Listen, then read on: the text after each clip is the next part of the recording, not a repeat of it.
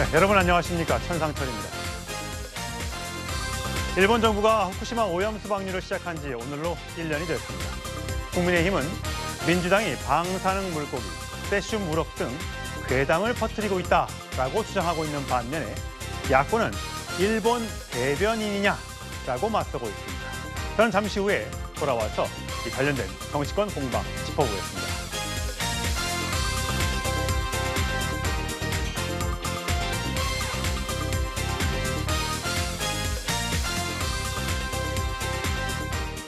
예, 토요일 뉴스탑10 뉴스 고수 네 분 소개합니다.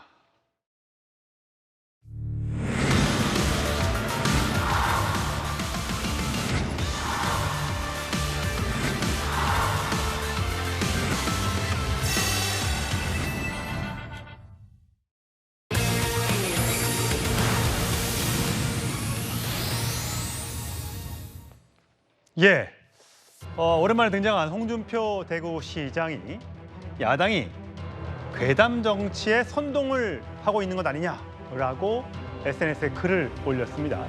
여기에 대해서 민주당은 과연 국민의힘은, 여당은 일본 정부의 대변인인가라고 맞서고 있습니다.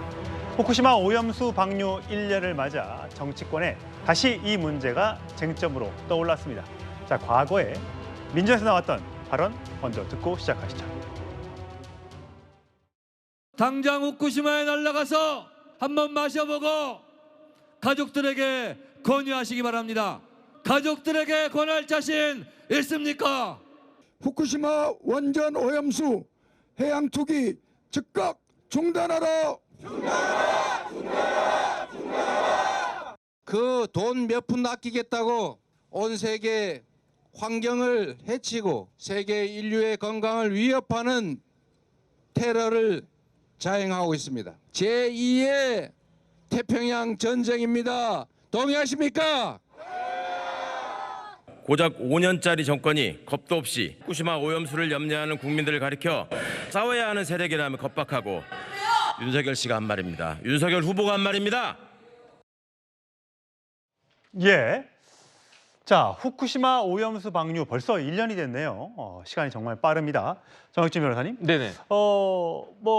1년 전에 굉장히 이 문제로 정치권이 뜨거웠었습니다. 자, 핵 오염수 그렇게 깨끗하면 너나 마셔라.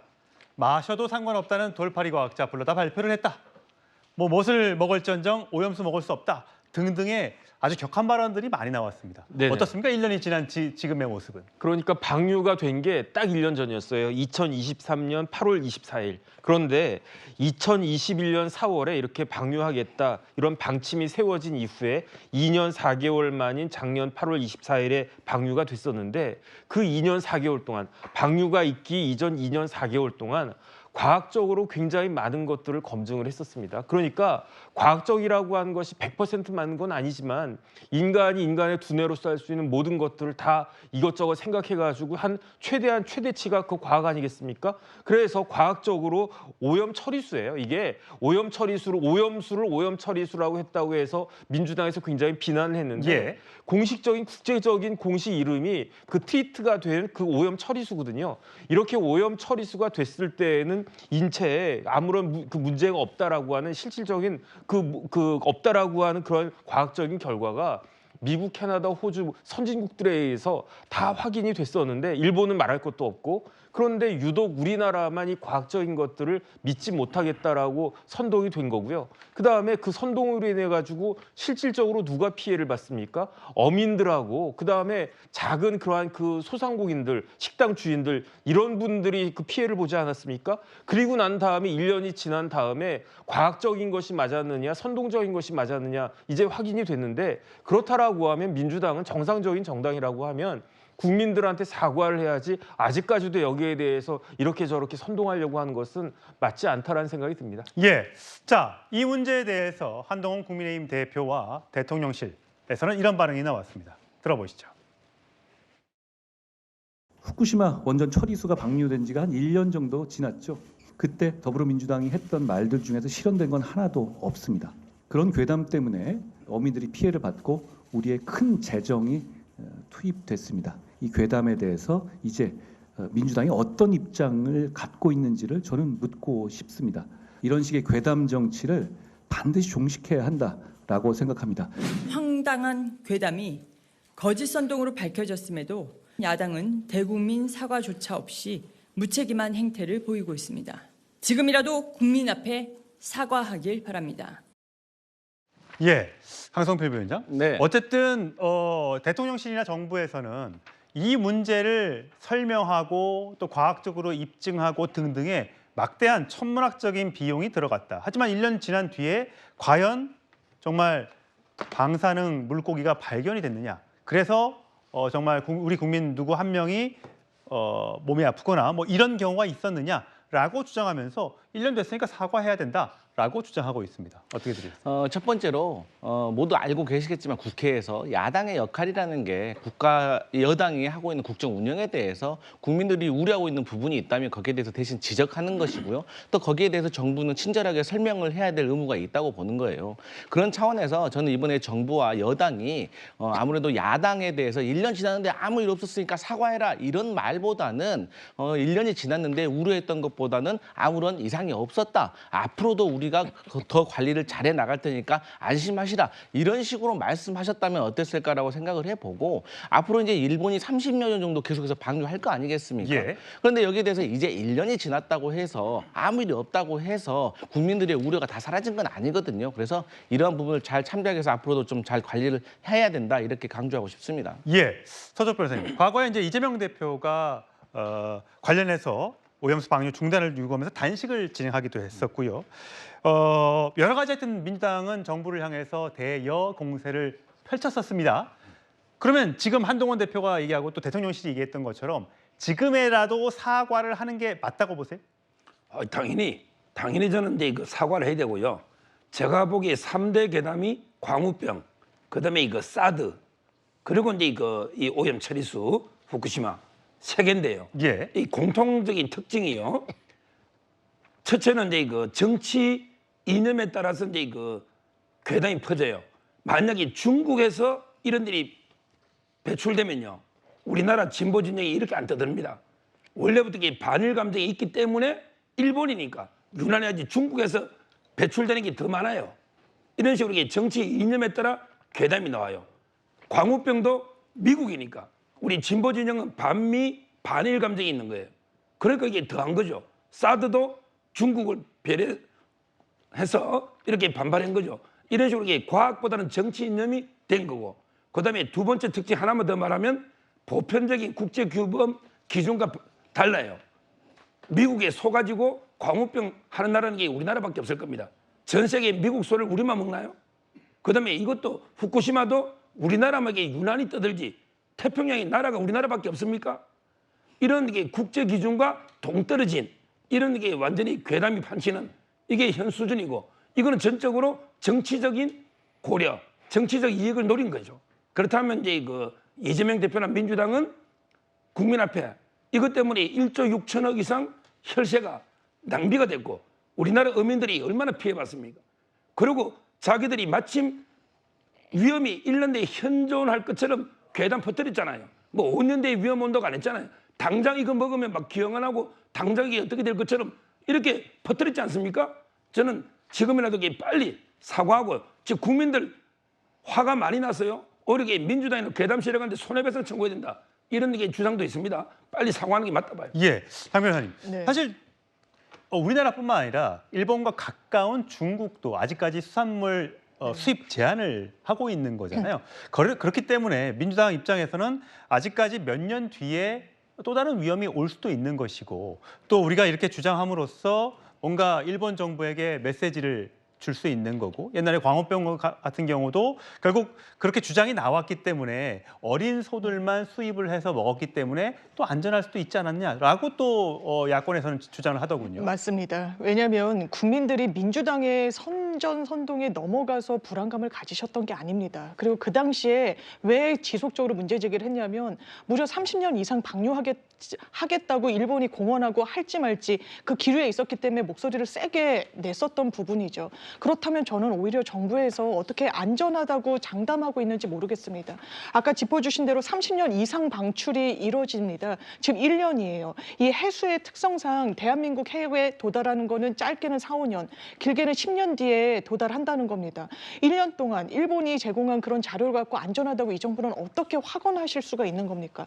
물론 대한민국에서도 시료 채취를 합니다. 그런데 알프스에서 거르지 못하는 많은 부분들에 대한 시료 채취는 이루어지지 않습니다. 왜냐하면 세슘과 삼중수소에 대해서만 살펴보고 있거든요. 일본 정부 지난 2월 이후에는 자료 내지고 있지 않다라고 합니다. 일본 환경부의 자료를 보더라도 이 오염도가 상당히 농축돼 있다는 그런 결과물이 있다는 주장이 있습니다. 그렇다면 이 부분과 관련한 국민들의 불안 그리고 먹거리와 관련된 부분 아닙니까? 이 불안을 해소해줄 책임은 집권 여당에 있지 안전하다 이렇게만 이야기할 건 아닌 것 같습니다. 예, 오랜만에 저희 주제 반투에서 보여드렸던 것처럼 홍준표 대구시장이 SNS에 글을 올렸습니다. 후쿠시마 핵 오염수 괴담 선동도 1년이 됐는데 이젠 그 오염수가 5년 뒤, 10년 뒤에 온다고 또다시 선동을 하고 있다.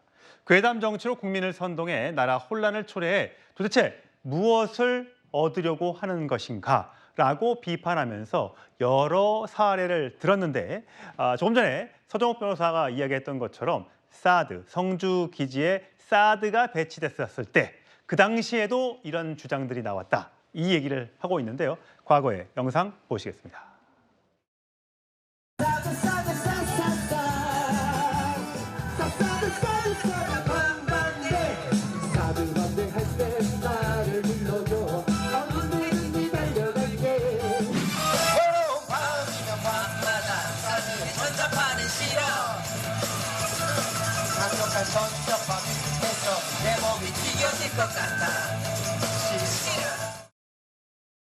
예, 정 변호사님. 네네. 8년 전의 모습이긴 하는데 다시 보니까 저 당시에는 저런 그 어떤 야당의 주장들이 일부 정말 그런가? 라는 생각이 있지만 지금은 저런 이제 생각 갖는 국민들은 거의 없으실 것 같긴 합니다. 그 민주당에서도 저런 이야기 한 사람 한 명이라도 있습니까? 민주당에서도 저런 생각을 갖고 있는 사람이 한 명이라도 있을까요? 없을 것 같고요. 조금 전에 장 변호사님 말씀하셨지만 주장은 난무해요. 그런데 이 주장을 입증할 수 있는 것들은 아무것도 없었고 그 주장에 대한 아무런 근거가 없었습니다. 대표적으로 지금 후쿠시마에서 나온 거는 이른바 오염 처리수예요. 알프스를 통해 가지고 나온 오염 처리수 아니겠습니까? 그런데 동일본 대지진 때는 뭐가 나왔습니까? 걸러지지 않은 아무것도 처리되지 않은 날 것 그대로의 오염수가 콸콸콸 이렇게 쏟아져 나왔었잖아요. 예. 그런데 우리나라에 어떤 위험한 게 있었습니까? 그때 있었던 것에 대한 아무 이야기를 하지 않다가 오염 처리수를 방류한다라고 하니까 그게 마치 더 큰 문제일 것처럼 이야기하는데 오염 처리수가 위험합니까? 아니면은 오염수가 위험합니까? 앞뒤가 안 맞는 진짜 과학적으로 전혀 말도 안 되고 상식적으로 납득이 되지 않는 그러한 주장을 계속하는데 우리 국민들이 이러한 것들에 대해서 선동될 것이다라고 생각하는 것 자체가 민주당의 착각이다. 저는 그런 생각이 듭니다. 예, 홍준표 대구시장이 이런 얘기를 하면서 일부 연예인들도 이런 괴담 살포에 영향을 미쳤다라고 주장을 했습니다. 과거에 이제 광우병 파동 있었을 때 배우 김규리 씨가 관련된 여러 이야기를 했었죠. 그렇게 하면서 당시에는 굉장히 많은 화제를 낳기도 했었는데 이후에는 김규리 씨 이거 문제 있는 것 아니냐? 제대로 알지도 못하면서 과학적인 지식도 없으면서 과거 이렇게 얘기하는 게 문제가 있는 것 아니냐? 또 지난해 후쿠시마 오염수 방류 때는 가수 자우림 씨가 SNS에 글을 올렸죠. 저렇게 글을 올렸습니다. 자, 지구라고 하면서 이 오염수에 대한 우려를 굉장히 나타내는 글을 올렸습니다. 영화적 디스토피아가 현실이 되기 시작했다.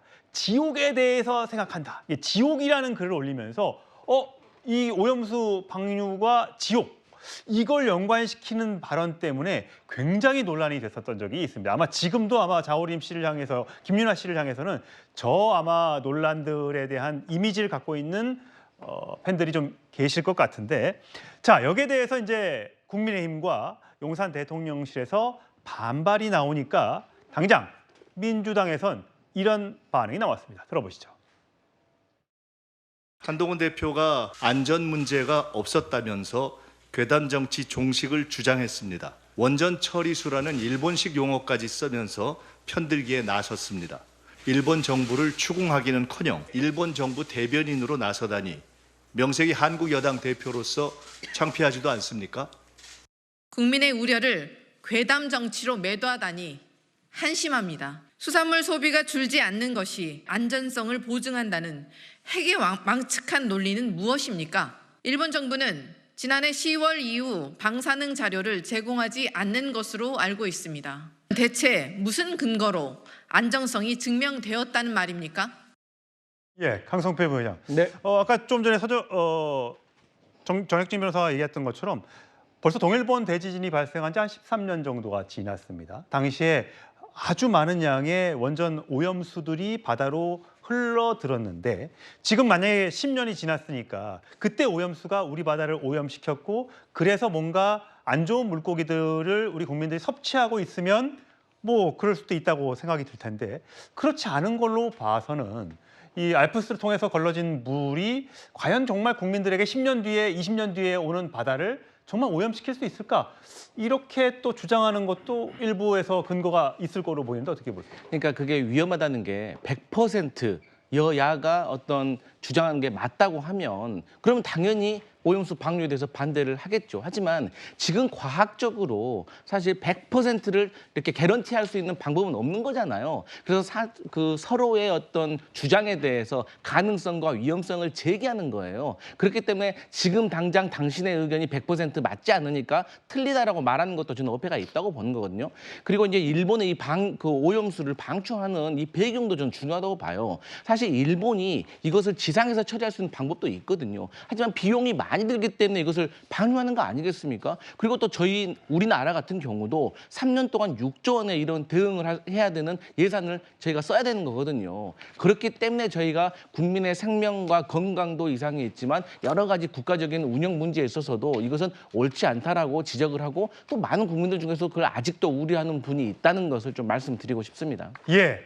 어쨌든 벌써 후쿠시마 오염수 방류가 있은 지 1년이 됐습니다. 앞으로 이게 2년, 또 5년, 10년 지날 때마다 관련된 이야기, 또 정치권 공방이 계속될 텐데 자, 국민들은 과학적인 정답을, 해법을 듣고 싶어 할 것 같습니다. 많은 과학자들이 좀 더 면밀한 분석으로 국민들이 불안해하지 않도록 그 결과를 도출해 줬으면 좋겠습니다. 저는 다음 주로 가겠습니다.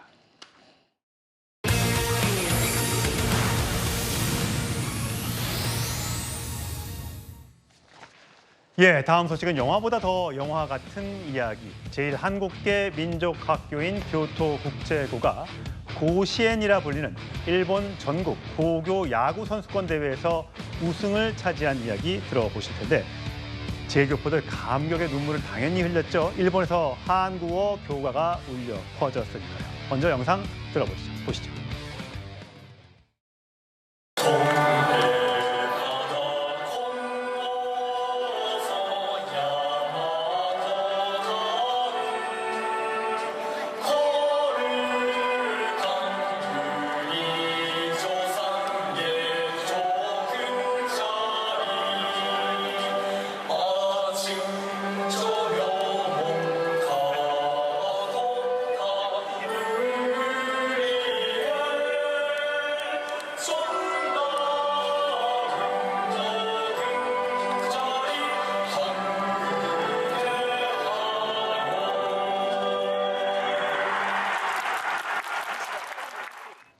예, 장 변호사님. 네. 저 앞에 나온 건 이제 1절만 들려드렸는데 이 4절까지 교토국제고 교가를 저희가 정리를 해봤어요. 자, 동해바다 건너서 야마도 땅은 거룩한 우리 조상 옛적 꿈자리, 아침 저녁 몸과 덕을 닿는 우리의 정다운 보금자리 한국어 학원, 한국의 학원. 네. 어떻습니까? 이 노래가 일본에 우리도 이제 예전에 고교 야구에 비해서는 야구의 인기가 조금 줄어들긴 했지만 일본에서는 이게 프로야구보다 훨씬 더 인기 있는 곳인데 거기서 우리가 우승을 했다? 네, 어마어마한 성취를 이룬 겁니다. 일본 야구의 산실은 정말 고시엔을 빼고는 이야기를 할 수가 없고요. 사실 이 한국어로 된 가사 이게 울려 퍼지는 거에 대해서는 일본 내에서도 이제 반대 목소리가 있었다고 하는데 결국엔 학생들이 이걸 또 관철시켰다고 해서 예. 감동을 주고 있습니다. 일단 고시엔이라고 하면 한 49개 학교가 결선에 올라가기 때문에 아 그런가? 그러면 큰 성취인가라고 할 수 있는데 애초부터 같이 이 본선에 오르기 전에 참전하는 학교 숫자가 3,400팀이 넘는다고 합니다. 3,400개 중에 49개가 본선에 올랐는데 그렇습니다. 거기서 우승. 어마어마한 그런 결과물을 낸 거라고 볼 수 있는데 또 왜 이렇게 큰 감동을 주고 있느냐. 이 교토국제고가요. 운동장을 쓰는데 이 운동장이 야구를 하기에는 상당히 열악하다고 합니다. 정규 운동장이 한 절반 정도밖에 되지 않거든요. 그리고 비용이 상당히 많이 드는데 그 부분을 다 충당하기가 어려워서 야구공에는 이게 손상이 많이 되고 마모가 많이 되기 때문에 테이프를 또 둘러서 학생들이 연습을 할 예. 정도였다라고 합니다. 그렇기 때문에 아, 학생들이 이룬 성과가 정말 우리 한국에까지 큰 감동을 주는 것 같습니다. 예, 서 변호사님. 사실 뭐 이번에도 우리가 프랑스 파리 올림픽에서 한때는 이제 일본보다 순위가 높기도 했었을 정도로 굉장히 우리가 잘했잖아요. 일본이 야구에 3,700여 개가 되는 고등학교 그 구단이 있는 것도 굉장히 놀라운데 거기서 우리 한국계 학교가 사실 한국계 학교라고 하지만 우리 한국인 한 30% 정도 되고 70%는 일본인이라면서요. 지금 그 교토국제고 한국의 그 전교생의 30%가 이제 이거 한국계고요. 예. 그리고 이제 이거 70%는 일본인이고, 이제 설립은 이제 이거 1947년에 우리 그 제일 동포 사회가 돈을 모아서 설립한 교토 조선중학교가 이제 이거 전신입니다. 예, 오래됐네요. 예, 전교생이 이제 160명 중에 야구부 소속이 한 60만 명, 엄청나게 많은 거죠. 근데 야구부는 아마 이제 일본 학생들이 많이 있는 것 같아요. 그래도 저는 이제 이렇게 전교생 160명 학교가 정말 이제 그 우승했다는 거, 이거는 이제 기적에 가깝고요. 정말 우리 그 제일교포들의 경사가 아닌가 예. 이런 생각이 들고 예. 지금 이제 그 일본에서 일부 사람들이 좀 비난하는 혐한 댓글도 있지만 예. 전체적으로는 이제 서로 축하해주고 예. 이런 이제 댓글이 압도적으로 많다 봅니다. 예. 정말 우리 그 교토라면 거의 우리나라 치면 경주처럼 천년고도예요. 예. 그러니까 백제 시대부터 우리나라 사람들이 많이 간 우리가 문화를 전파해준 이런 이제 지역이거든요. 예. 그러니까 여기서- 저희가 아까 말씀드렸던 이 교토국제고 교사 가사에서 보면 동해바다 건너서 야마도 땅, 그 야마도가 일본 땅이라는 거잖아요. 그렇죠. 결국 백제가 우리의 문화를 일본에 전수해줬던 그때부터 이렇게 흘러내려오는 어떤 그런 유구한 얘기를 하고 있는 거예요. 그러니까 이제 그 일본 천황가가 우리 백제 왕가와 서로 연결돼 있다. 일본 천황도 이야기했지 않습니까? 예. 그 정도로 유서 깊은 이런 이제 고장이죠. 예. 여기서 이제 우승했다는 건 정말 쾌거다. 예. 이래 봅니다. 자, 이 학교의 교장 선생님이 백승환 교장 선생님인데 자, 이렇게 얘기를 했습니다. 들어보시죠. 야구를 통해서 우리 한국과 일본 또 아이들의 작은 힘으로 가교의 역할을 했다는 것에 대해서 너무나 감격스럽고 중학교에서 우리 학교로 입학할 때 그 야구부로 들어오겠다는 아이들의 선발 기준이 몇 가지가 있습니다. 첫째가 영리함, 둘째가 근성, 셋째가 성실, 요 세 가지를 갖추면 지금이 실력 좀 떨어지더라도 스카웃을 해라라는 그런 얘기를 하거든요. 예, 정 변호사님. 네네. 저는 참 이 부분이 좀 들립니다. 영리함, 근성, 셋째가 성실. 이 세 가지를 갖추면 실력이 조금 떨어지더라도 모셔오려고 한다. 네네. 어떻게 들으셨어요? 학생들이잖아요. 학생들은 가능성이 많은 사람이라고요. 그러니까 처음에 무슨 신체적인 구조나 그런 것들에 의해 가지고 또래보다 조금 더 잘하는 학생들이 있을지 몰라도 예. 결국은 성실하게 꾸준하게 선생님들, 코치 선생님들의 그 지도에 따라 가지고 열심히 성실하게 하는 그런 학생들이 결국은 더 잘할 수 있다. 그다음에 제일 중요한 거는 학생들이니까 조직력이 더 중요하지 않겠습니까? 이런 것들을 잘 봐가지고 그래가지고 이런 식으로 그 야구부를 꾸린 것이다. 굉장히 아주 전략적으로 맞다라는 그런 생각이 들고요. 예. 그다음에 이제 우리나라 야구부와 달라가지고 일본에는 그 고등학교에 야구부가 수천 개가 있지 않습니까? 그렇기 때문에 야구부 출신으로 프로야구 선수들도 많이 되지만 예. 대부분은 야구 선수를 한 다음에 사회인 야구를 하거나 어쨌든 일반 직장인이 된다고요. 네네. 그런 학생들이 모여가지고 고시엔에서 이제 겨루는 건데 그렇기 때문에 고시엔에 나갔다고 해가지고 다 옷단이 같이 이렇게 프로야구 선수가 되는 건 아니지 않습니까? 예. 그러니까 이렇게 조직력을 위해서 영리함, 근성, 성실 이런 것들이 더 필요하다라고 생각했던 것 같고요. 그 결과가 이번에 우승으로 나타난 것이 아닌가 그런 생각이 듭니다. 예, 사실 뭐 일본 지금 학생들 우리 한국인 학생들을 포함해서 교포 학생들을 포함해서 이렇게 머리를 옛날처럼 까까머리처럼 깍깍 깎은 모습이 운동을 옛날에는 우리나라도 이랬던 것 같은데 지금의 우리나라의 고등학교 운동 선수들의 모습과는 좀 사뭇 다른 것 같은데 만약에 어떤 분들이 그런 댓글을 그 기사에 써놨더군요. 만약에 우리나라의 고교 시합에서 일본인 출신 학교가 나와서 거기서 우승을 했고 일본어로 만약에 교과를 불렀다. 그러면 우리나라 사람들의 또 정치권의 반응은 어땠을까? 어떨 것 같으세요? 뭐 지금의 대한민국의 수준으로 봤을 때는 대한민국 국민들의 수준으로 봤을 때는 스포츠는 스포츠이기 때문에 저는 그렇게 나쁜 반항 감정을 나타내려고 하지는 않을 것 같지는 축하해 줄 보입니다. 것이다. 그럼요. 그게 페어플레이 정신이고 이번에 파리 올림픽에서도 우리 선수들이 보여준 페어플레이 정신, 손을 잡아주고 위로해주고 안아주는 모습 얼마나 멋있었습니까? 예. 근데 이제 일본 같은 경우는 이 야구에 있어서 저희한테 좀 열등감이 있습니다. 왜냐하면 일본의 야구 역사가 160년이 됐어요. 예. 메이지 유신 때부터 시작됐거든요. 근데 저희 대한민국 같은 경우는 1920년대부터 엘리트 체육으로 이게 됐는데 이게 일본에서 이게 비싼 운동이다 보니까 한국의 엘리트들한테 이 야구를 가르치고 자연스럽게 친일의 정서를 만들려고 했었거든요. 그래서 과거에 휘문고가 조선에서 예선에 참가해서 우승한 적도 있거든요. 근데 이러한 본인들이 훨씬 앞서가는 야구 역사를 가지고 있는데 이번에 3,000개가 넘는 그 많은 팀 중에서 한국 그 학교의 팀이 우승을 했으니 얼마나 좀 서운한 마음이 있었겠습니까? 예, 저들이 사실 누구건 어떤 국적이건 어떤 교과를 부르던 간에 땀 흘려서 노력해서 이룬 꿈에 이 무대 우승이라는 찬란한 결과는 절대로 폄훼돼서는 안 되겠습니다. 축하드리고 내년에도 또 좋은 성적 거두시길 바라겠습니다. 저희는 다음 주로 가겠습니다.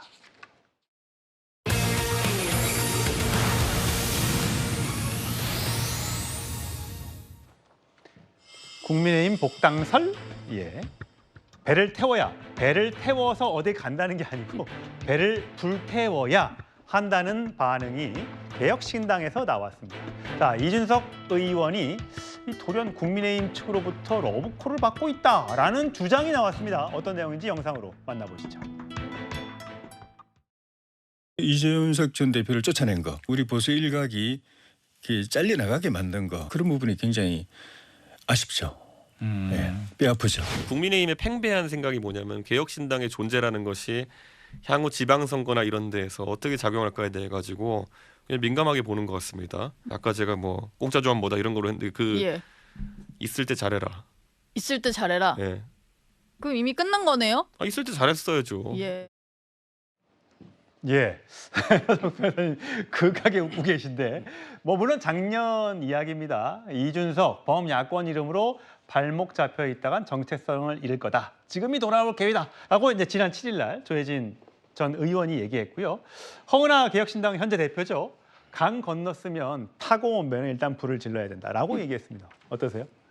일단 이제 허은하 의원이 쓴 표현이 불경에서 사벌 등안 언덕에 오르려면 사벌 뗏목을 버리라.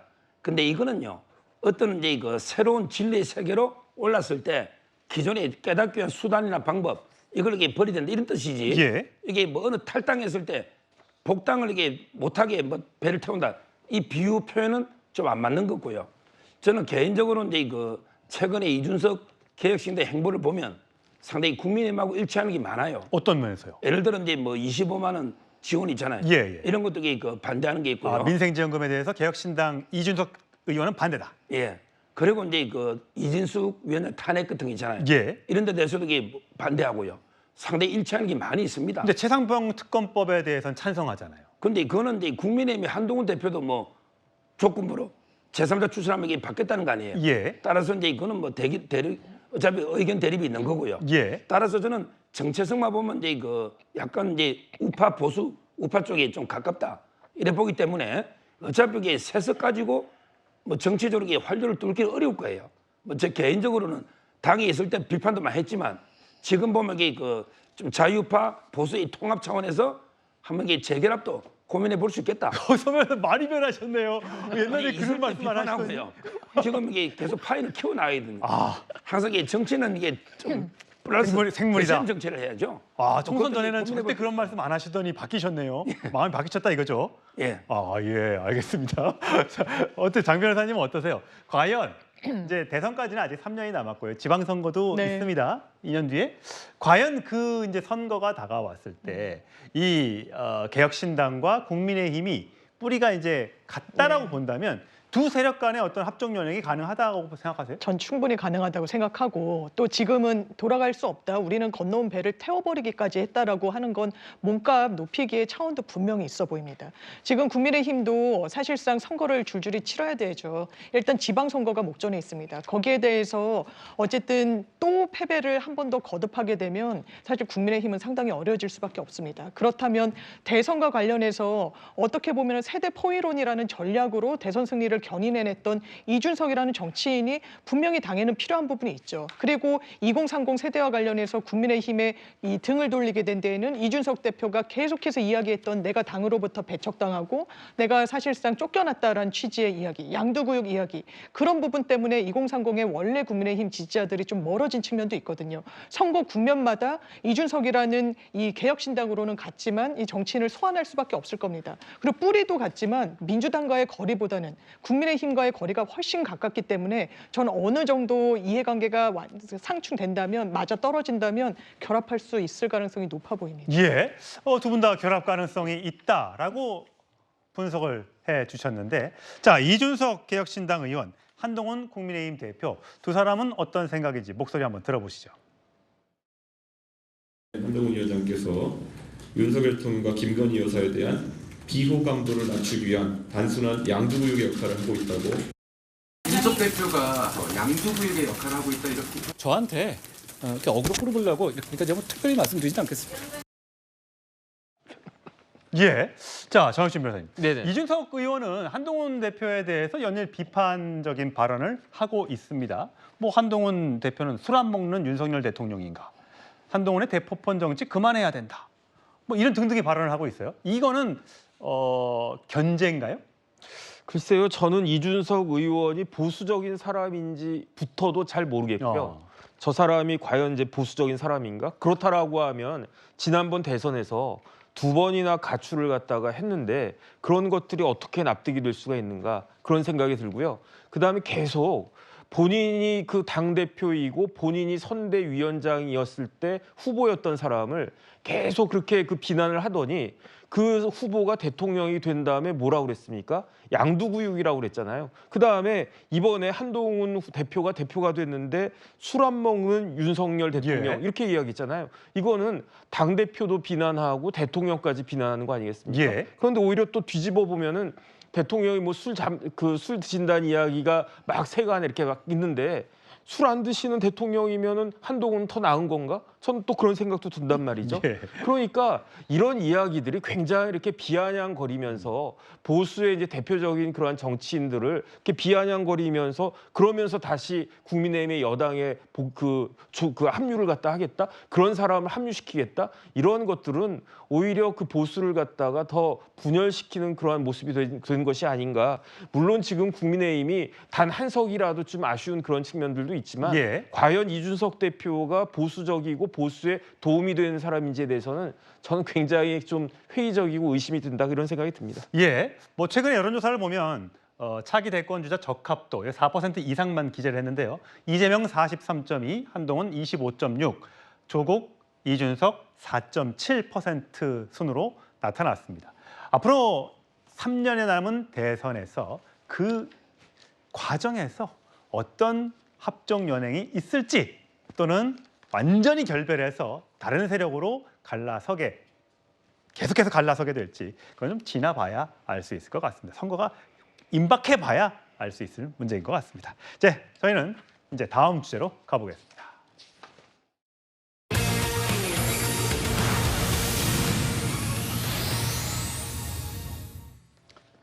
예, 트럼프 손잡은 케네디. 미국 대선 소식인데요.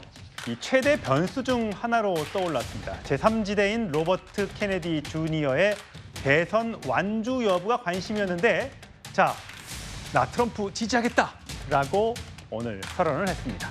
자, 관련된 목소리 함께 들어보시죠. We just had a very nice endorsement from RFK Jr., Bobby. Robert F. Kennedy Jr.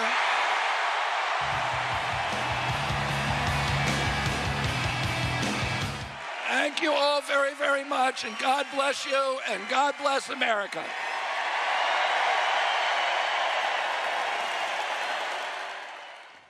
네, 강성필 부기장. 네. 이 무소속이었어요. 맞습니다. 그래서 한 5% 안팎도 많이 나올 땐 뭐 10%까지도 나왔다고 얘기를 했는데, 나 대선 안 나가겠다. 네. 그리고 그냥 포기할 줄 알았는데 트럼프를 지지했는데 이게 케네디 가문 사람은 민주당 사람 아닙니까? 맞습니다. 되게 유명하신 미국 대통령 중에 한 명이죠. 존 F 케네디의 예. 조카이면서 존 F 케네디의 동생이면서 법무장관을 했던 케네디의 아들입니다. 예. 그리고 이분이 환경 전문 변호사입니다. 그래서 사실 이제 민주당 지지자들에게 그래도 일부 우호적인 지지세를 받고 있고, 말씀하신 것처럼 현재 여론조사를 해보면 약 5% 정도는 또 지지율이 나오고 있다고 합니다. 근데 과거 1992년도의 미국 대선을 보면 클린턴 대통령과 당시에 조지 부시 전 대통령과의 어떤 삼자의 구도가 있었어요. 그때도 그 재벌 후보가 3자로 나왔는데 이분이 19%까지 나와가지고 대선 구도를 흔든 적이 있습니다. 예. 그런데 그런 차원에서 봤을 때 이 로버트 케네디 주니어가 민주당 성향이기 때문에 아무래도 해리스를 지지할 거라고 했는데 네. 반대로 트럼프를 지지를 해버리기 때문에 예. 사실 민주당으로서는 좀 악재이다. 예. 그리고 이분이 전쟁과 관련해서 반대하는 그런 모습을 보였기 때문에 우파에서도 상당히 지지를 받았고, 이분이 아무래도 트럼프가 만약에 대통령이 된다고 하면 조금 의미 있는 자리를 약속받은 것도 같다는 해석이 있는 상황입니다. 예, 서적 변호사님. 어쨌든 존 F 케네디 전 미국 대통령과 형제였던 로버트 케네디 전 상원의원의 아들 로버트 케네디 주니어가 트럼프 지지선을 하면서 사실 일가 쪽에서는 계속 꾸준히 민주당 지지였는데, 민주당원이었는데 가족이 지켜온 가치를 배반했다. 거의 뭐 호적에서 팔듯한 지금 얘기를 하고 있단 말이죠. 자, 그럼 왜 이렇게 트럼프 쪽으로 갔다고 보세요? 그렇죠. 이게 정치 상당히 오랫동안 민주당의 명문 집안이잖아요. 예. 근데 이 관계자는 두 가지 정도로 개인적으로 생각하는 게, 첫째는 이제 그 민주당이 후보가 바뀌었잖아요. 예. 해리스 이제 부통령 후보가 바뀌었는데 예. 아마 이제 그 과정에 여러 가지 거래나 딜이 있었는데 안 받아들여졌다. 아마 이제 거기에 대한 좀 섭섭한 감정, 이게 클 것 같고요. 그다음에 두 번째는 이제 그 트럼프 후보하고 이제 그 일종의 딜이 있을 수 있다. 딜이라는 건 어떤 자리 거래 같은 거를 뭐 그런 것도 이게 있을 수 있는 거고요. 아마 이제 이번에도 경합주에 한 10개 주 이쪽에만 지원하는 거 아닙니까? 예. 아마 완전히 합치지는 않을 거고요. 대선 이후에도 이게 독자 세력으로 아마 존재는 할 거예요. 다만 이제 그 일부 결정적으로 경합주에서 이제 지원해 줌으로써 그만큼 이게 정치적 대가를 얻고, 그리고 이제 그 독자 세력으로 계속 나가지 않을까, 이렇게 예상이 됩니다. 예. 어쨌든 지금 최근에 실시된 여론조사에서는 해리스와 트럼프 전 대통령이 뭐 경합 붙어 있다, 비슷하다. 최근에 뭐 해리스 부통령이 조금 앞서간다 등등의 여러 가지 얘기들이 있었습니다. 최근에 워싱턴 포스트와 ABC의 공동 여론조사를 보면 양자 구도일 경우에 49대 45, 오차 범위 내에서 접전을 벌이고 있습니다. 예, 또 다른 여론조사도 볼까요? 네, 이번에 3자인데 해리스 47, 트럼프 44, 케네디 50, 5%. 이 5%가 누구에게로 조금 더 가느냐에 따라서 당선의 윤곽이 드러날 것 같은데, 자, 카멜라 해리스 요즘에 최근에 전당대회에서 분위기를 타고 있는데, 자, 어떻게 요즘에 얘기하고 있는지 화면으로 만나보시죠.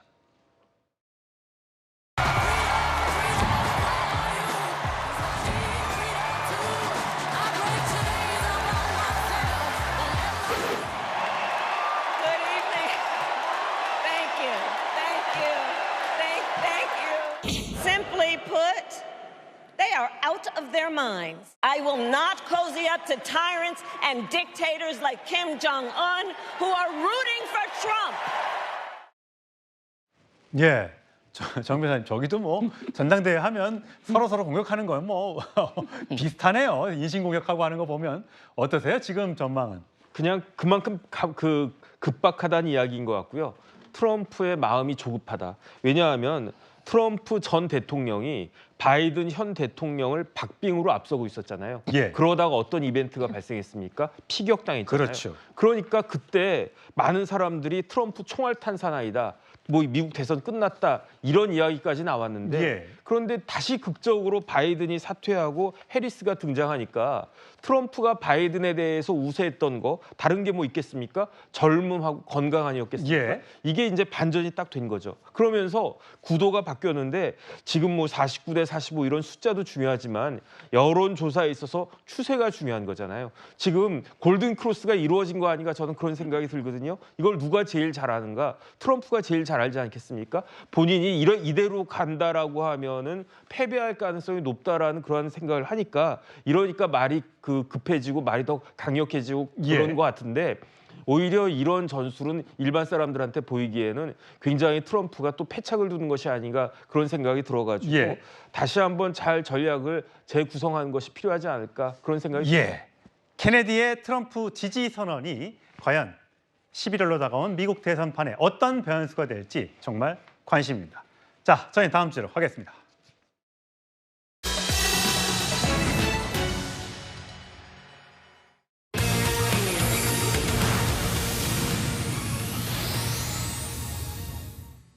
예, 계속 뛰고 싶은 안세영 국가대표로 열심히 해보고 싶다라고 의지를 밝혔다고 합니다.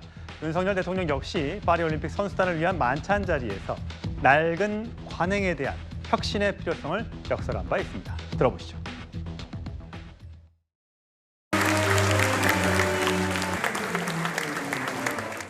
우리 안세영 선수의 저런 경기를 보여주기 위해서 얼마나 피나게 그 노력을 하고 낡은 관행들은 과감하게 혁신해서 청년 세대의 가치관과 문화와 의식에 맞는 또 자유롭고 공정한 이런 훈련 환경을 만들어내야 됩니다.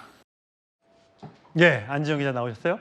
자, 안세영 선수가 파리올림픽에서 금메달을 딴 뒤에 국가대표를 계속할 수 있을지 모르겠다라는 폭탄 발언과 함께 그 이후에 내가 뭐 국가대표가 아니더라도 대회는 나갈 수 있지 않느냐, 올림픽에도 나갈 수 있지 않느냐라는 발언으로 여러 가지 이제 화제가 됐었는데 어제 국민의힘 정연욱 의원과의 통화 내용이 공개가 됐는데 대표팀이 정확한 업무 프로토콜이 없다. 선수들이 항상 부상에 시달린다. 이런 것들이 좀 개선이 되고 좋아지고 그러면 대한민국 위에 대표팀으로 다시 한번 뛰고 싶다라고 밝혔다고 하네요. 일단 이 윤석열 대통령 앞선 발언을 보면은 몇 가지 중요한 키워드가 있습니다. 예. 안세영 선수를 직접 지칭을 했고요. 그러면서 한 얘기들을 보면은 낡은 관행들을 혁신하라. 그리고 공정한 훈련 환경을 만들라. 전부 다 안세영 선수가 주장을 해왔던 내용들이죠. 아마 이런 메시지가 있었기 때문에 이 문체비 소속 이 의원들도 속속 얘기를 듣고 있는데 여기서 또 안세영 선수가 본인의 입장을 분명히 밝혔습니다. 이 정연욱 의원과의 대화에서 나오는 얘기들 정리해 보면요. 일단 그 나이 제한 등에 대해서 대표팀 이런 부분들을 없애야 된다. 그리고 부상 관리 등에 대해서도 정확한 프로토콜을 갖고 이 선수들을 관리할 필요가 있다는 얘기를 해주고 있습니다. 좀 더 구체적으로 들어가 보면은요. 현행 조건으로 신인 계약 기간을 보면 대졸은 5년, 고졸은 7년인데 이게 또 보면 연봉 상한선이 7%로 규정이 돼 있다는 거죠. 결과적으로 볼 땐 이게 선수들이 자기의 그 상황에 맞게 그리고 실력에 맞게 평가를 받아야 되는 게 있는데 규율에 따라서 그들이 아무리 열심히 일을 해도 정당한 대가를 받을 수 없다는 거죠. 예. 즉 동기부여가 안 된다는 겁니다. 이런 부분에 대해서 재차 얘기를 했는데 이거는 의원들과의 얘기라고 해서 안세영 선수가 새롭게 한 얘기가 아닙니다. 그동안 본인이 해왔던 얘기들의 연장선상이라고 볼 수 있고요. 현재 4주 정도 무릎과 이 발목 통증 때문에 치료를 받고 있는데 향후 이 대표팀 활동에 대해서도 당연히 대표팀을 더 뛰고 싶고 완화가 된다면은 또 대통령을 위해서 뛰고 싶다는 얘기를 분명히 했는데 중요한 거 지금 상황 속으로는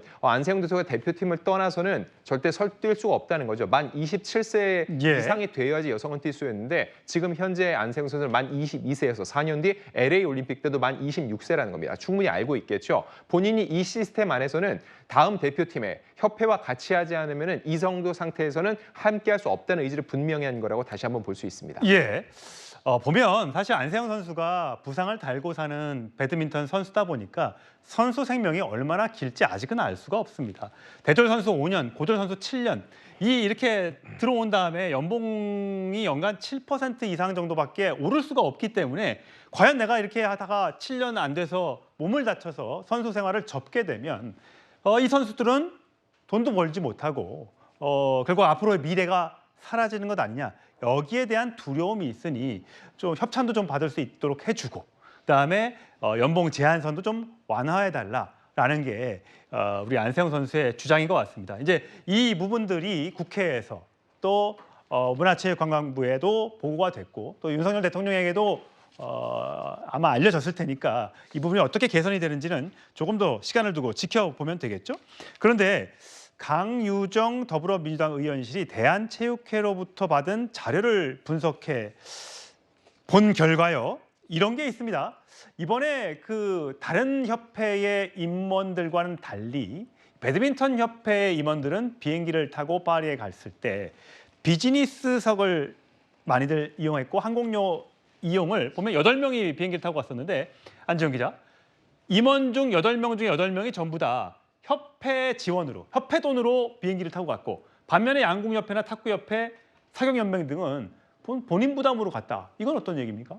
자, 협회 임원들이 협회 일을 위해서 올림픽에 참여를 했다. 이러니까 협회 지원을 받았다. 이렇게 주장할 수도 있는데 중요한 거는 다른 종목과의 형평성을 따져야 된다는 겁니다. 자, 양궁협회 같은 경우는 12명 중에서 10명이 사비로 갔고 탁구협회는 1.5명, 한 명 50%만 지원받았기 때문에 1.5명이 되는 겁니다. 그리고 사경연맹 같은 경우는 4명 모두가 직접 사비를 내서 갔다는 거죠. 이거 왜 이렇게 차이가 큰 곳만 얘기를 하는 거냐라고 볼 수 있는데 그게 아니라 양궁, 탁구, 사격 이번 모두 굉장히 큰 성과를 거둔 올림픽 종목이었다는 거죠. 결과적으로 저런 곳에서도 임원들이 본인들이 직접 자비까지 부담해가면서 열심히 참여를 하고 선수들 지원하려고 하는데 배드민턴 같은 경우는 어떻게 8명 모두가 이 사비가 아니라 전부 다 지원금을 받아 갈 수 있냐 얘기를 하는 건데 단순히 여기서 그치는 게 아니라 중요한 거는 기부금이라는 겁니다. 이 많은 임원들이 해야 되는 일이 뭘까요?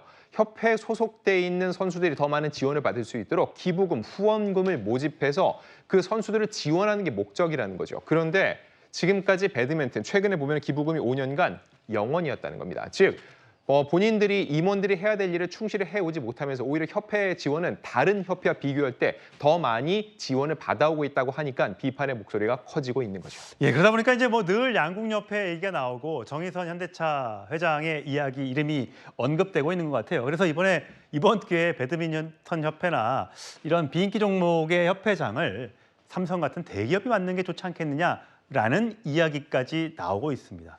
어쨌든 지금 문체부에서도 또 대한체육협회에서도 이 부분을 조사하고 있다고 하니까 뭔가 문제가 있는지 없는지 자세하게 좀 들여다본 뒤에 다시 이야기를 나눴으면 좋겠습니다.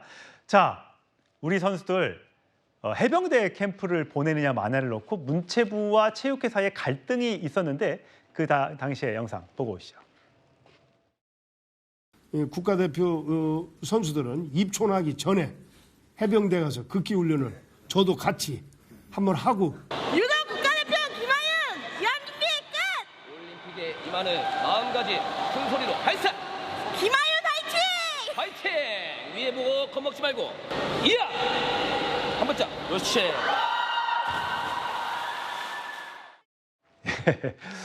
정신력을 강조하는 건 좋은데 과연 지금이 저렇게 해병대, 정신력 모든 것을 저런 걸로만 해야 되는 시대인가라는 걸 가지고 논란이 좀 있었다고 하죠. 자, 파리올림픽은 끝났는데 우리 대한민국 대표 선수들의 근황 어떻게 지내고 있나 계속해서 관심이 있는 모양입니다. 자, 선수들의 영상 준비했습니다. 중요한 한 발 쏴야지. 그때 좀 특별히 하는 마인드 컨트롤이 있어. 나 빼고 다. 이게 장도연님께서 얘기를 해주셨던 말이거든요. 멋있다. 이게 MG인가? 이미 윙크보이로 활약을 했기 때문에 절대로 숨을 수가 없어. 진짜 계획한 게 아니라 저도 모르게 진짜 나온 거여서 원래 화살만 쏜 줄 알았는데 야 너무 좋았나 봐요, 진짜 그 순간이. 워낙 젊은 선수들이다 보니까 저렇게 일상생활로 돌아와서도 저런 유튜브의 방송에 스스럼 없이 출연도 하고요. 본인들의 근황을 전하는 저런 게 너무나 자연스러운 것 같습니다. 4년 뒤 LA 올림픽에서도 멋진 선전을 기대해 보겠습니다. 저희가 이번에 올림픽에서 누가 가장 잘했느냐라는 거 설문조사를 한 결과가 있어서 소개를 좀 해드릴까 합니다. 예, 안정 기자. 네. 파리 올림픽에서 활약한 선수 5% 이상만 기재했습니다. 1등이 압도적으로 안세영 선수가 높네요. 네, 일단 세계 랭킹 1위에 금메달 그리고 소신 발언까지 하면서 대중적 지지를 받고 있는데 저 순위를 보면은 또 하나 특징적인 게 뭐냐면은 금은동 순이 아니라는 겁니다. 여기서 보면 신유빈 선수는 동메달이고 네. 김예지 선수는 은메달을 땄죠. 그러네요. 이제 메달 색깔이 아니라 그 선수들이 이런 과정에 있어서 어떤 과정을 밟아왔고 또 그 후에는 어떤 행동을 보여주는지 발언 하나하나 대중들이 좀 더 복합적으로 선수들을 평가한다고 볼 수 있고 단순히 이게 인기 투표라고는 볼 수 없겠죠. 적어도 지금 이 시점에 안세영 선수가 본인의 소신 발언 사실 모두가 즐기고 본인도 그냥 가장 크게 웃을 수 있는 이 시점에 후배들을 위해서 더 나은 환경, 4년 뒤 LA 올림픽을 위해서 지금 당장 고쳐야 될 점에 대한 목소리를 냈기 때문에 저렇게 많은 지지를 받고 있는 것으로 보입니다. 예, 정 변호사님 어른이시니까 네네. 사실 안세영 선수와 신유빈 선수가 이제 비교하시는 분들이 계세요. 네네. 신유빈 선수는 광고 모델이 됐는데도 1억 원이라는 돈을 쾌척하고 어렸을 네네. 때부터 기부 활동을 해왔다는 점에서 굉장히 인성이 좋은 선수. 네. 안세영 선수는 어쨌든 그 불합리한 관행을 고쳐야겠다는 그런 진실함은 있지만 결국 이런 것들이 혹시 본인의 영달과 혹시 프로 선수로서 가져야 될 어떤 돈 때문인가라고 또 오해하시는 분들도 계신데 어떻게 보세요?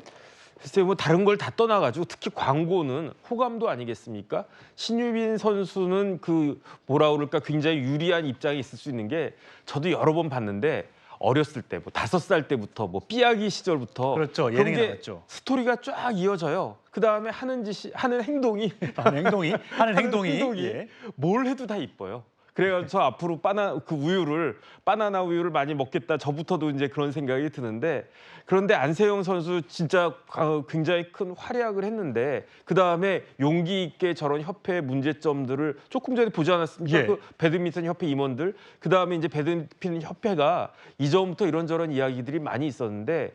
그럼에도 불구하고 저런 것들을 지적하는 시점에 있어서는 조금 아쉬움이 있었던 것이 아닌가. 오히려 그렇기 때문에 다른 선수들이 특히 이제 동료 배드민턴 은메달 따고 이렇게 메달 딴 선수들한테 약간의 그 피해가 있었던 것이 예. 아닌가. 이런 부분들에 대한 아쉬움은 있을 수밖에 예. 없다. 그런 생각은 듭니다. 예, 안세영 선수가 또 그 부분에 대해서는 반성하고 사과했으니까요. 앞으로 또 활약 더 기대해 보도록 하겠습니다. 저는 다음 주로 가겠습니다.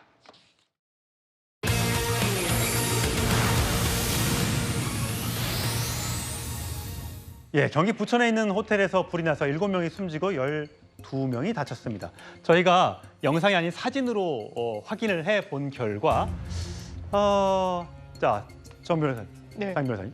자, 오후 7시 반에 시작된 불이 38분, 그러니까 불과 7분 반 만에 저렇게 완전히 복도가 새하게 이렇게 변했어요. 그렇습니다. 이 호텔 이 815에 원래 묵기로 했던 투숙객이 에어컨 인근에서 불똥이 튀고 타는 냄새가 나서 방을 바꿔달라고 하거든요. 예. 그게 방에 들어간 오후 7시 31분으로부터 3분이 채 지나지 않은 시점이었습니다. 그러면서 이 위험 신호를 감지하고 방을 밖으로 가면서 호텔 방 문을 이제 열어둔 채로 예. 방에서 나오게 된 건데 지금 여러 화재 원인과 관련한 정확한 감정이 이뤄지고 있긴 합니다만 이 방문이 열렸기 때문에 이 에어컨에서 발화된 이 불길이 더 퍼져나가기 용이했던 거 아니냐라는 분석이 나오고 있습니다. 예, 불과 7분 만에 저 복도를 새카맣게 덮어버리는 저 연기. 결국 많은 분들이 질식으로 안타까운 목숨을 잃었는데 이런 상황에서 기적적으로 살아남은 생존자가 있었습니다. 가족의 목소리 함께 들어보시죠. 그러니까 복도의 전체가 회색 연기로 둘러싸여서 전에 앞이 안 보였어요. 바로 문 닫고 반대편에 창문이 있어가지고 창문을 열었는데 그래서 여기에 올라오는 거예요. 얘는 샤워기에 이제 머리를 이렇게 대고 있어서 아마 더 오래 버텼을 수 있었던 것 같아요. 강화 박승희 두개 났을 때 물을 이렇게 사용을 해서 최대한 일산화탄소를 녹이는 그런. 예, 안지영 기자. 어쨌든 가까스로 목숨을 구했는데 저 어머니가 하시는 말씀을 보면 수건으로 문틈을 막아서 연기가 들어오는 걸 막고 머리 위로 샤워기를 틀어서 이것이 일산화탄소를 막지 않았냐라는 얘기를 하고 계시는데 이건 맞는 겁니까? 일단 당장 복도에 연기가 가득 찼는데 그 속으로 뛰어들지 않은 거는 굉장히 잘한 겁니다. 시야가 확보되지 않았는데 우왕좌왕하는 사이에 연기를 들이마시면 의식을 잃을 수 있기 때문이죠. 일단 방문 안으로 들어갔는데 방 안으로도 불길이 또 이어지거나 또 연기가 침투할 수 있기 때문에 충분히 위험하죠. 그래서 이 투숙객이 기지를 발휘한 거는 곧바로 샤워실로 들어가고 샤워기를 틀었습니다. 근데 실제로 이렇게 샤워기로 물을 트는 순간부터 순간적으로 수막이 형성이 돼서 연기를 차단하는 효과가 있다는 겁니다. 원래 저렇게 연기 안으로 뛰어들 때도 절대로 그냥 손으로 막는 게 아니라 수건에 물을 충분히 적셔서 입에 막으라고 한 건데 샤워기를 틈으로 인해서 그런 효과를 볼 수 있었던 거예요. 예, 전문가들한테 한번 물어봤습니다. 정말 이것이 효과적인가? 의견은 좀 다를 수 있는 모양입니다. 들어보시죠. 화장실이라고 하는 공간 자체가 화재에 방호되는 이런 공간 자체가 아니기 때문에 자칫 환기구나 이런 것들을 통해서 연기가 먼저 오염이 될 수도 있고 바깥의 화재 상황들을 정확하게 파악하기 어려운 상황, 찾는데 오래 걸릴 수 있는 위험성도 있거든요. 물을 계속 틀어놨다고 해서 그거 자체가 뭐 굉장히 생존에 굉장히 많은 영향을 끼쳤다 이런 부분들은 조금 좀 검증이 필요한 부분입니다. 네, 정확한 화재 원인과 대책 이번에 좀 시급히 마련해야 될 것 같습니다. 다음 주로 가겠습니다.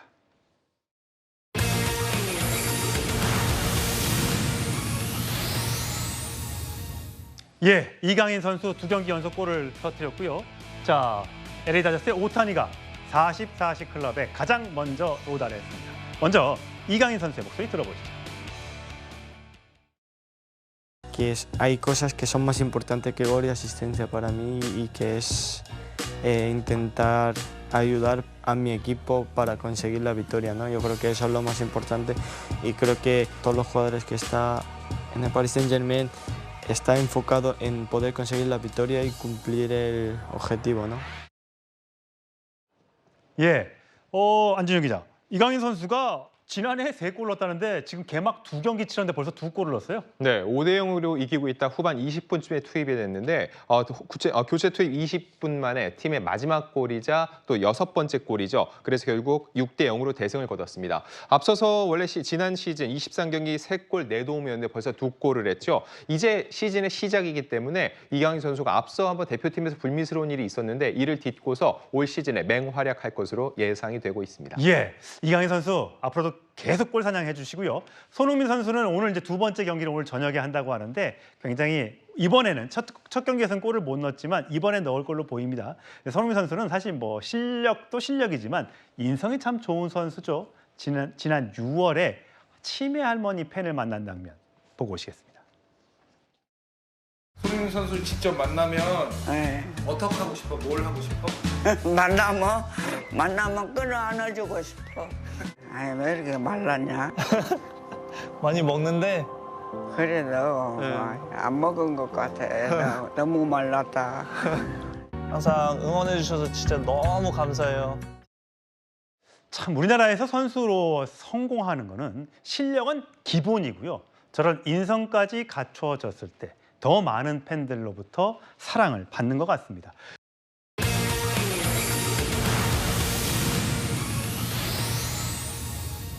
예, 가수 임영웅 씨와 가수 남진 씨가 이제 스크린에서 맞대결을 펼치게 됐습니다. 영화로 두 사람의 얘기가 만들어진다고 하는데요. 먼저 임영웅 시사회 모습부터 보시죠.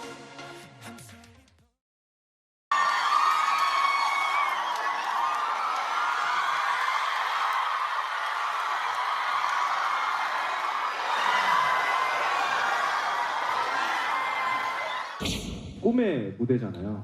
네, 우선 그런 꿈의 무대를 만들어주신 영웅시대 여러분들께 감사하다는 말씀, 그런 이야기를 영화를 통해 전달을 드리고 싶었고요.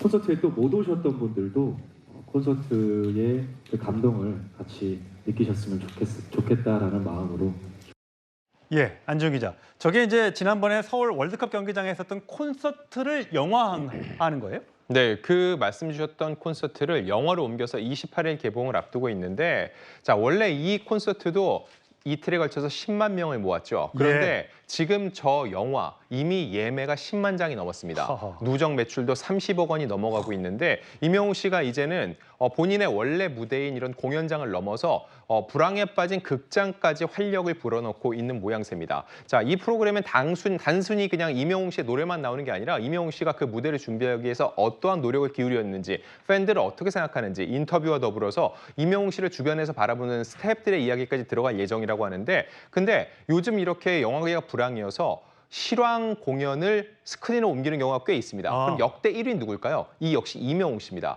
지난해 초에 앞서서 I'm the Hero라는 그 영화 실황이 개봉됐었는데 25만 명을 모았거든요. 근데 이미 예매가 10만 명이기 때문에 이를 뛰어넘어서 임영웅 씨가 또 한 번의 신기록을 작성할 가능성이 꽤 높습니다. 예, 참 별의별 걸 다 하는 임영웅과 팬들입니다.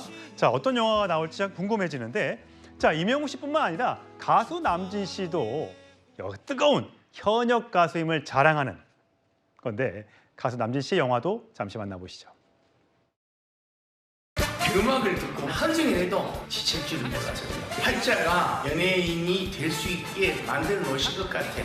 시대에 아주 잘 맞았습니다. 시작도 끝도 내 인생이 전부인 것 같은 것 같아요. 그 남진 씨 영화와 임영웅 씨 영화가 비슷한 시기에 개봉을 하는 거예요? 네, 맞습니다. 또 공교롭게 맞대결을 펼치게 된 건데, 남진 씨는 좀 상황이 다른데, 일단 제목은 오빠 남진. 오빠 부대를 처음으로 만든 분이라고 해도 과언이 아닌데, 지난 60년간 남진 씨의 활동 일대기를 돌아봅니다. 단순히 남진 씨의 이야기가 아니라 한국의 가요 역사를 정리한다는 측면도 있고, 남진 씨 같은 경우는 사실 그동안 많은 트로트 오디션에 참여해서 후배 가수들 발굴하는 역할도 했거든요. 그래서 남진 씨가 이번에 임영웅 씨와 비슷한 시기에 이런 영화를 개봉해서 경쟁한다기보다는 서로 선후배 관계로서 시너지 효과를 내면서 트로트 시장이 더 활성화되는 결과를 초래할 것으로 예상이 됩니다. 예, 남진 씨, 임영웅 씨, 두 사람 참 노래 잘 부르기로 유명하죠. 임영웅 씨가 남진 선배의 노래를 부르면 어떤 느낌일까요? 보시죠. 당신과 나 사이에 저 바다가 없었다면 가슴